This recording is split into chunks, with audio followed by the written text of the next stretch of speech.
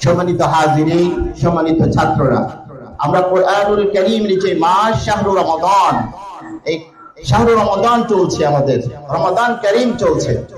এই কারীম কিভাবে নাজিল হলো, আমরা আমাদের আগের আয়াতে আল্লাহ তাআলা বলছেন সূরা বাকারার 183 নম্বর আয়াতে, ইয়া আইয়ুহাল্লাযীনা আমানু কুতিবা আলাইকুমুস সিয়াম কামা কুতিবা আলাল্লাযীনা মিন ক্বাবলিকুম লাআল্লাকুম তাত্তাকুন।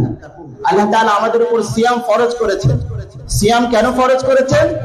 আমাদের পূর্ববর্তী যারা ছিল, অর্থাৎ সাইয়্যিদুনা আদম আলাইহিস সালাম থেকে শুরু করে সাইয়্যিদুনা নূহ আলাইহিস সালাম থেকে শুরু করে প্রত্যেক নবীর জীবনেই কিন্তু এই সিয়াম ছিল। কারোর জন্য কম ছিল, কারোর জন্য বেশি ছিল, কারোর জন্য আশুরের রোজা ফরজ ছিল। কিন্তু আমাদের নেতা, আমাদের নবী মুহাম্মদুর রাসূলুল্লাহ সাল্লাল্লাহু আলাইহি ওয়াসাল্লামের উপর, তার উম্মতের উপর যে রোজা ফরজ করা হচ্ছে সেটি সংখ্যা হচ্ছে 30 কিংবা 29টি। যেহেতু আরবি মাস, এটি হচ্ছে আল্লাহ তাআলার বিধান, কখনো 30 হয়ে থাকে, কখনো 29 হয়ে থাকে। এই সিয়াম কেন দিয়েছেন? আল্লাহ তাআলা দিয়েছেন লাআল্লাকুম তাত্তাকুন। এখানে উলামায়ে কিরাম আছেন, আল্লাহ তাআলা কিন্তু এখানে ইন্না কিংবা লামে তাকিদ ব্যবহার করেননি যে নিশ্চয়ই তোমরা মুত্তাকি হতে পারবে। আল্লাহ তাআলা বলছেন যে যদি তোমরা সিয়াম পালন করো, আশা করা যায় সম্ভবত তোমরা মুত্তাকি হতে পারবে। এজন্য আমরা আসুন মুত্তাকি সম্পর্কে আজকে দুই একটি কথা শুনি।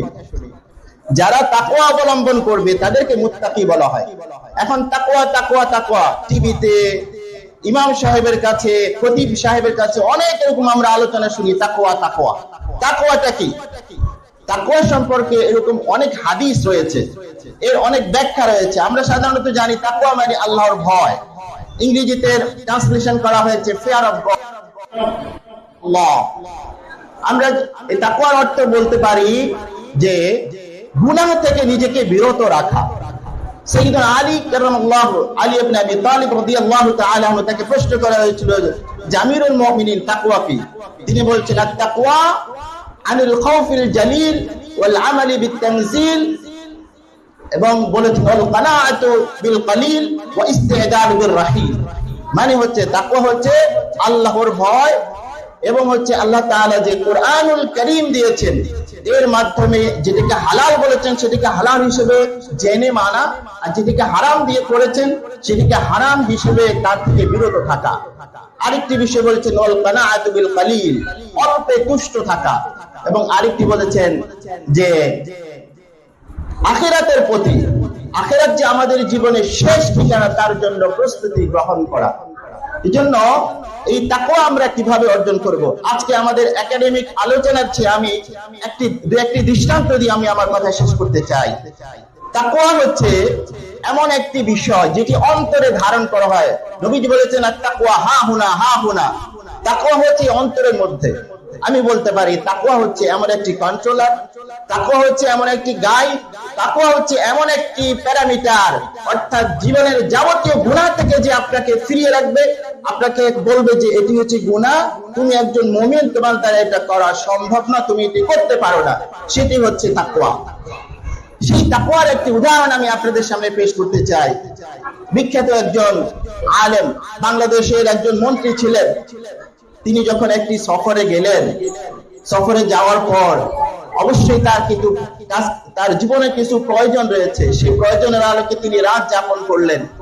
সেই এলাকার, সেই জেলার ডিসি সাহেবের পিএস সেই মন্ত্রী সাহেবের কাছে গিয়ে প্রশ্ন করলেন যে স্যার, আজকে আপনি রাতের ডিনারে কি কি খাবেন? ডিসি স্যার আমাকে পাঠিয়েছেন, আমাকে একটু মেহেরবানি করে মেনুটা বলুন।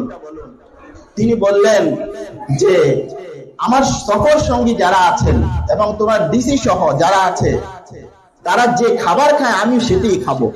বললেন যে স্যার, আপনি যেহেতু একটু ভিআইপি পারসন, আপনি একটু বলুন না আপনার জন্য আজকে রাতে কি কি খাবার আমি ব্যবস্থা করতে পারি।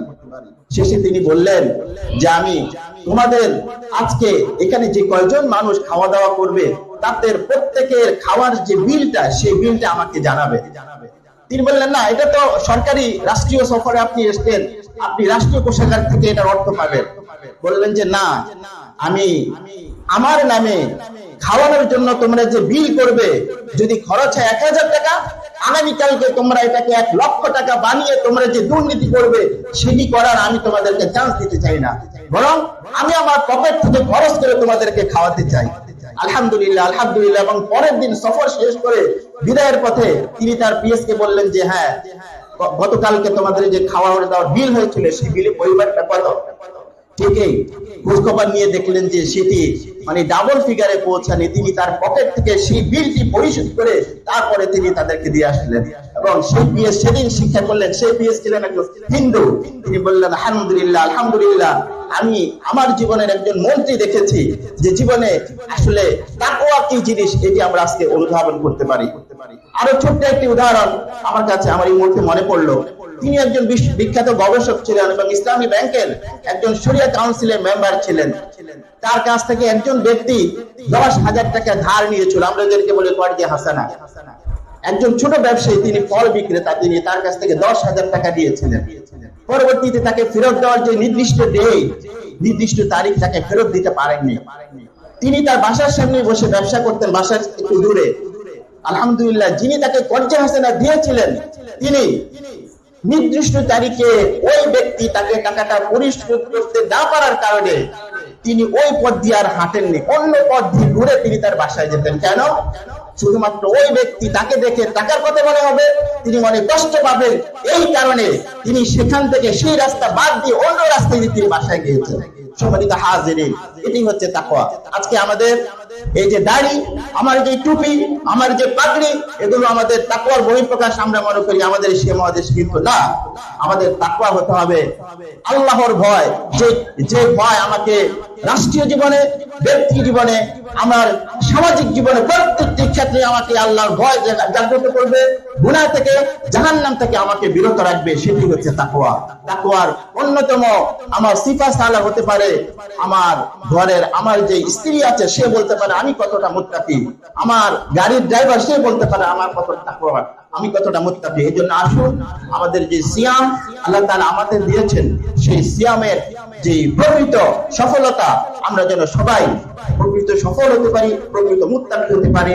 আমাকে কথা বলার সুযোগ দেওয়ার জন্য সবাইকে ধন্যবাদ জানিয়ে, কর্তৃপক্ষকে ধন্যবাদ জানিয়ে আমার কথা এখানে শেষ করছি।